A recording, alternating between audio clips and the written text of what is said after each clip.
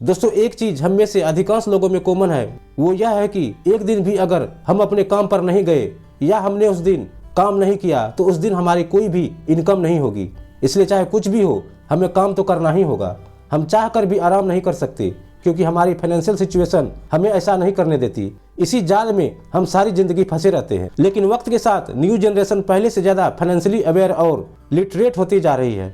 इसी के साथ इस बात से भी वाकिफ होती जा रही है कि जिंदगी भर मेहनत करके बुढ़ापे तक एक मेडिक्योर लाइफ जीने का तरीका नहीं है। इसलिए इस जनरेशन का ज़्यादातर focus earlier retirement, passive income और फाइनेंशियल फ्रीडम में है। तभी लोग स्टॉक्स और शेयर में इन्वेस्ट करने में इंटरेस्ट दिखा रहे हैं।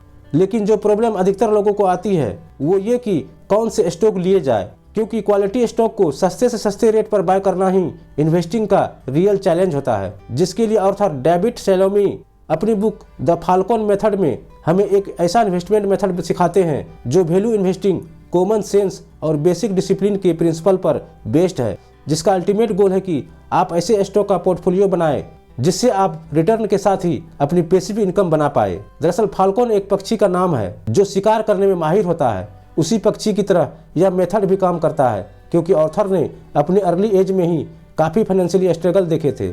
इसके बाद ही यह डिसाइड कर लिया था कि वह बड़े होकर एक रेट रेस में नहीं फंसना चाहेंगे। इसलिए आज के इस वीडियो में हम फाल्कन मेथड के 5 स्ट्रेटजी को बताएंगे। तो चलिए शुरू करते हैं। दोस्तों फाल्कन मेथड का पहला स्ट्रेटजी है select group of top quality companies. दोस्तों फाल्कन मेथड कहता है कि आपको सबसे पहले टॉप क्वालिटी कंपनी को सिलेक्ट करना होगा। आपको उन कंपनीज पर फोकस करना होगा जो पिछले 20 सालों से लगातार अपने शेयर होल्डर्स को बेहतर डिविडेंड दे रही हो, जिन्होंने कभी भी डिविडेंड में कटौती न की हो। ऑथर कहते हैं कि हमें कंपनी की डिविडेंड हिस्ट्री से कोई समझौता नहीं करना चाहिए। वह 20 साल के डिविडेंड हिस्ट्री देखने के लिए इसलिए कहते हैं ताकि कंपनी ने एक रिसेशन जरूर फेस किया हो।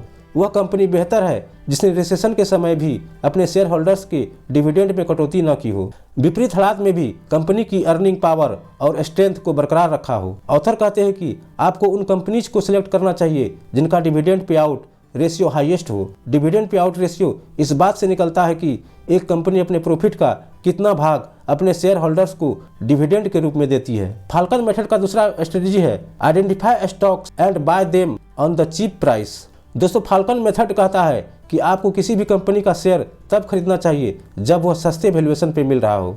आपको उस कंपनी के प्राइस हिस्ट्री को चेक करना होगा, उससे उसका एक एवरेज लो लेवल निकालना होगा। जब वह कंपनी अपने एवरेज लो लेवल पर ट्रेड कर रही हो तो उस समय उस शेयर में एंट्री करना सबसे बेहतर होता है। जब कंपनी का शेयर ओवर वैल्यूड हो तो उसे नहीं लेना चाहिए, तभी आप उस शेयर से बेहतर रिटर्न जनरेट कर सकते हैं। तीसरा मेथड है दोस्तों filter the short listed stock. दोस्तों जब आपने टॉप क्वालिटी स्टॉक को सिलेक्ट कर लिया, यह भी पता कर लिया कि किस समय उसमें एंट्री लेनी है, तो अब आपको उसे फिल्टर करना है। इसके लिए आपको 3 चीज़ों को कंपेयर करने की जरूरत है। सबसे पहले डिविडेंड यील्ड है। इससे हमें यह पता चलता है कि कंपनी ने साल भर में प्रति शेयर जो डिविडेंड डिक्लेयर किया है वह कंपनी के करेंट शेयर प्राइस का कितना परसेंटेज है। इसके बाद फ्री कैश फ्लो यील्ड वो होता है जो कंपनी के पास सभी खर्चों के बाद बच जाता है। इसे निकालने के लिए कंपनी के टोटल कैश फ्लो को कंपनी के टोटल नंबर ऑफ शेयर से डिवाइड करना पड़ेगा, जिससे हमें फ्री कैश फ्लो पर शेयर मिल जाएगा। फिर फ्री कैश फ्लो पर शेयर को कंपनी के करेंट मार्केट प्राइस से डिवाइड करने पर हमें फ्री कैश फ्लो यील्ड मिल जाएगा। अब शेयर होल्डर यील्ड से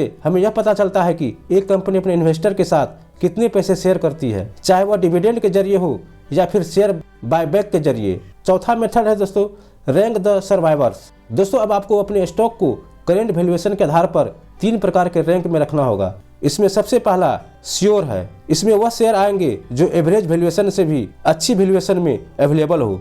दूसरा मे बी है। इसमें वह शेयर आएंगे जो एवरेज वैल्यूएशन पर अवेलेबल हो। तीसरा नो वे है।